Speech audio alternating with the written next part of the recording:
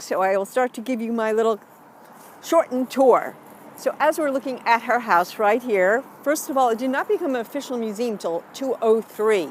So the house we're looking at now, Amherst College took it over, turned it into a museum, but prior to that, faculty from Amherst College were living in that house. So you really could not go in unless you arranged ahead of time for possibly a private tour.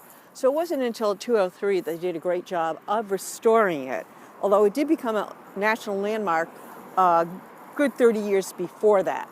So what I'm looking at right now on that second floor where you see those windows, especially the one near the front, that window and the two to the side in the front, that is Emily Dickinson's bedroom. And her bed is still up there right now, and it's through that window that she looked out into the street. I have learned that she really did not become a recluse until she was about 25 years old. Prior to that, she was around town here in Amherst quite a bit. She attended what at that time was Amherst Academy, which is where she really met Susan, which became her sister-in-law eventually. And Susan, as some of you might know, if you followed Emily Dickinson's poetry, her sister-in-law Susan was very instrumental in eventually having that work saved, so to speak. So it was in that bedroom, and it was probably between her age 25 and 35 that she was most prolific.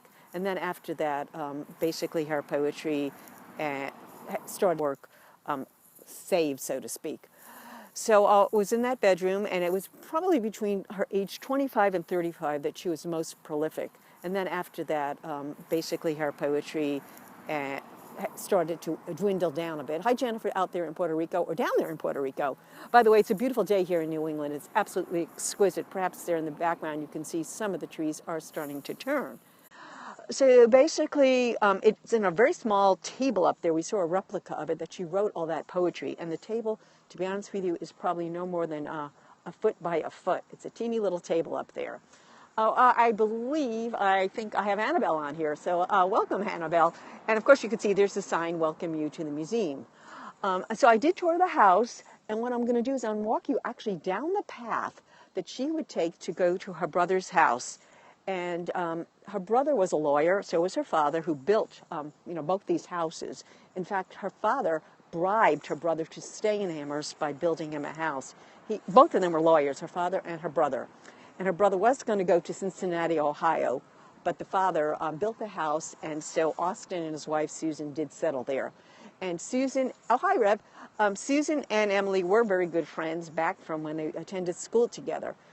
Emily did actually go on to college. She went to Mount Holyoke Seminary for a year, but then decided not to continue. I think in part it had to do with her feelings about religion at the time. And so I'm going to walk you down the exact path she would have walked down to go to her brother's house. And the way I understand it from the tour, her brother's family, Susan and Austin, were very social, and they had a lot of guests. And as Emily became a recluse, she would stop visiting them. So if Susan and Emily were to get together, Susan would have to come here to this house where Emily lived with her sister. By the way, it's her sister who found all of her poems after Emily died. And so it was her younger sister who really made a point of preserving them. However, Emily did say that her letters had to be burnt, and her sister actually did burn them. So any of the surviving letters are letters that went to other people, but the letters that she had were actually burnt. So the path I'm walking down right now, okay, of course it wasn't paved, and it's still not paved. So the path I'm walking right down now is to her brother's house. Her brother's house is absolutely fascinating because all the furniture that's still in there is back from the 1870s, exactly, and you walk through it, it's kind of very spooky. And so that was, to some extent, kept by surviving members of the family, whereas Emily's house was not. And so, and both became museums really in 2003. In fact, her brother's house, Austin, actually opened up to the public a little earlier. So I'm going to walk you down. Again, this is the path she would have walked down. And it's not paved, which is really nice. There are these markers here, as you can see, throughout. And I imagine you could get an auditory tour for information about that. And so here's Austin's house. Some sun is hitting it in my eyes right now. But I'll walk you through. My other scope was really primarily of Emily's house. So obviously you can go back and take a look at that. But this house is absolutely, if you're ever up in Amherst, if you have an option of doing 2 tours, either one just of her house or both houses. I recommend doing both houses. The information about her brother's house is absolutely fascinating, and to see every single dish, piece of furniture, paintings on the wall, everything is the original from when Austin lived here. And you get a lot of information about his family. And so Susan and Austin had 3 children, and it's Martha, really, the middle daughter, that was really very good about keeping things preserved. And I also learned that they had a very young child later in life, Gilbert, and he died of typhoid fever at 8 years old, and Emily was still alive, and some people project or hypothesize that it was his death that also contributed to her being a little bit more of a loner. So she was really very much affected by that, as you can imagine. So here again, this is Austin's house. It's a very big house. Of course, the family, for that time period, they were fairly wealthy. They were lawyers. Also, across the way was all farmlands at that time. Of course, there's a bed and breakfast across the way. You might be able to see it. It's kind of Victorian looking. I don't think you can see it, actually. But here again is Austin Dickinson's home. This is, of course, Susan was his wife. And Susan was very instrumental. Emily would send her poetry, and Susan would do some editing of it. So I'm going to kind of turn back around and show you Emily's house from here. And you'll see it from a distance. There's a really nice little spot right here. So she would have walked down this path that I just walked down to come over to her brother Austin's house. And this is how she would have entered the house, right up, but well, not that exact staircase, but there's the French windows there, and she would have gone into his house that way. But again, since her brother and his wife were very involved with politics and very social people, Emily did not visit them all that often. I'm going to walk back to her house a little bit now. And any of you that are joining now, I will say it's a pretty cool day here in New England. It's actually quite chilly, but the sun's out, so it's still very nice. So, and I'll show you the grounds a little bit here. There's a very pretty garden on the other side, and a lot of interesting hypotheses. I know people asked me in the last scope, why did she become a recluse? And there's a lot of different stories about it, none of which have really ever been authenticated. So that's a really nice view of the house from here. And again, it's on that second floor. You're looking at that window that faces the street. That's where she wrote, really between the ages of 25 and 35, about 1,100 poems that she stuffed into a desk, which her younger sister found after she had passed away. So you're getting a great, great view of the house right now. Yeah, it's a fantastic tour. They did a great job. The student who did the, well, actually it's not a student, she graduated, but she did attend, I think it was not Amherst. Amherst now, of course, is maintaining both these homes as museums. I think she said she attended Mount Holyoke, and she was a theater major, so she did a very, very good tour. And we actually went a little longer because she went through the history of the publications of Emily Dickinson's work and how that all came to be over the last century and a half, really. So any other, I also could show you some of the foliage here. I know people are always interested in the fall foliage, so you could see some beautiful foliage here starting to turn. Amherst, Massachusetts, from people from other parts of the world, is in west, to some extent, northwest, or probably north central area of Massachusetts, not all that far from the Vermont border. So the foliage is starting to turn here, as you can see. And I'll walk back with you to her house again. And as some of you might know, there's a lot of colleges and universities in this area. Oh, hi, Mexico. I'm glad I could share with people from all over. I don't know how many people would have a chance to get to Amherst. There were only a few of us on the tour. In fact, there were only really 3 of us. There was 2 people that are doing like literary tours, so they're heading up to some other homes of other authors. Yeah, it's a beautiful piece of property. At one time, the family owned what's across the street from here. This was all farmland at that time, in addition to the homes. But if you walked around here and I went across the street, this is Main Street. It was called Main Street back then. You may hear some cars going by. So I'm going to come up a little closer to the house. It's been completely restored. And there's not much in the house that's original, but in Austin's house, absolutely everything is original. And you walk through it, and you can see the walls are decaying, and it's very spooky. It almost feels like that would be a haunted house, if anything. So again, and I'm going to walk around to the front too. So her bedroom is those two windows you see in the front, right over there, okay? And those two on the side. And if you go up there, of course, in the afternoon, there's a lot of light that comes in. And what they did is they recently, in fact, only a month ago, they put up fresh wallpaper. They did find some remnants that resembled what they believe was what wallpaper had been up there. And so they tried to replicate it. And in that room right now, there's only 3 pieces of furniture that are original. Her bed is in there. There's a chest and a fireplace. Other than that, nothing else in the room is original. But they have tried to replicate it. Now I'm going to come around and I'll show you there's a garden on the side. Emily was very interested in nature and was a gardener. So even though when she became a recluse, she didn't go very far, she did come outside and do some gardening. And there's, as I said, a lot of different stories about why she became a recluse, but none of them have been ascertained as totally accurate. So I'm not going to try to answer that question. A lot of people ask me to answer it. But there's, several stories, whether she was going through depression, anxiety, agoraphobia. But being a recluse, of course, contributed to her being a prolific poet.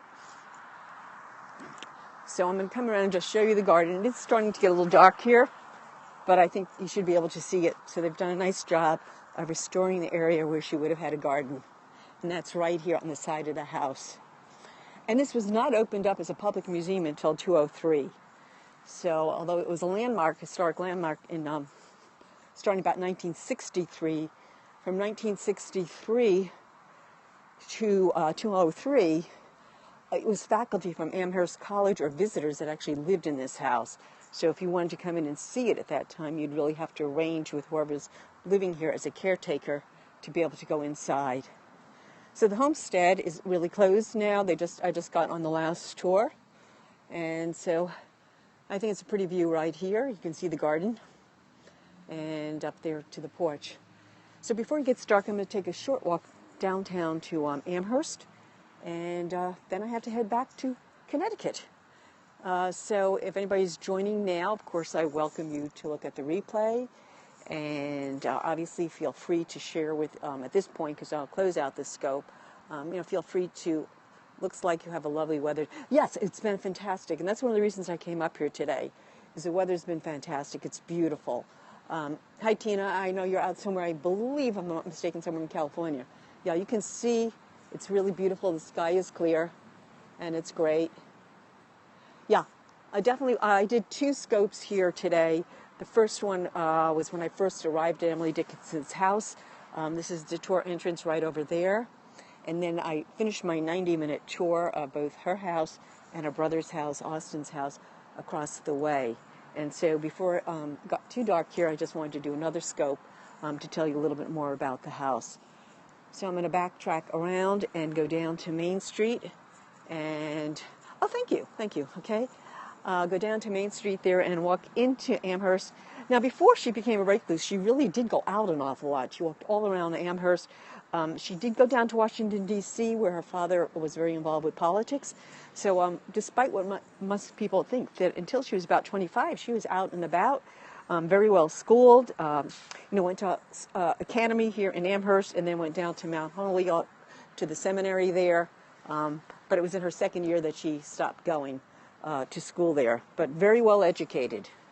And there's a theory about her kind of turning her a dislike to religion. That's why she did not continue at the seminary there at Mount Holyoke and left after her first year.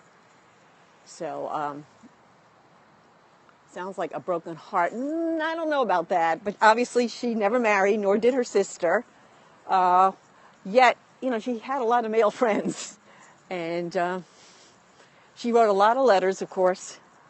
And it's those letters that got preserved, but all the letters that were written to her were all burnt after she died, which was her wish, and her sister kept that wish alive. She did live till 55, and so did other members of her family. Only person in her family that really seems to have died at a very young age was her nephew, Gilbert, who actually was the last child of her brothers. He was born when her brother was in his 40s, so he was a really late child that came along. And apparently he was very, very outgoing, and people in Amherst knew him very well. He'd go out on his bicycle, and people who know him, but he developed typhoid fever. And as I said, some people project that it was his death that had a very profound influence on her. Yes, very young for the time, but back again, at that time period, a lot of children died young. So I've been done scopes of Mark Twain, for instance, and one of his sons died. He only had one son, died as a child. And so did one of his daughters. So it wasn't unusual at that time period.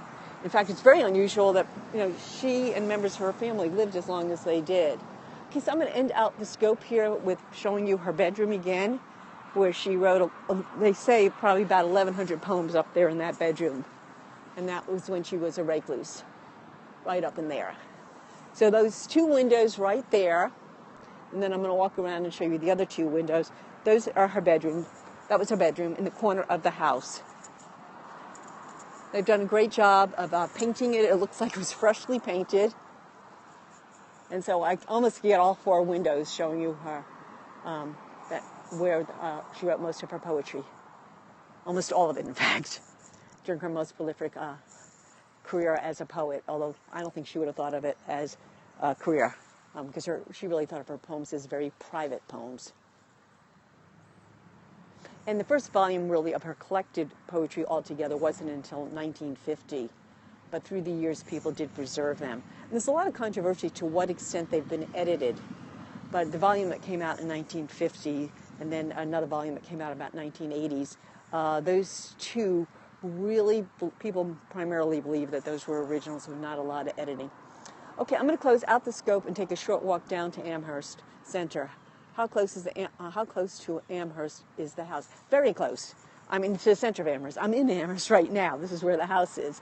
But the center area is like about, in this day and age, it's 2 blocks away. And this car's behind me. Of course, back then, this was all farmland down here. So we have to imagine that when she did go down to Washington, D.C., she obviously probably went down by horse, or maybe at that time, I don't even know if she went by train. I didn't ask that question. But she did travel more than people actually realized. And as I said, it wasn't until her 20s that she really became a recluse. Okay, thanks anybody that's been on. I appreciate it. And I'm going to take a short walk before it gets dark.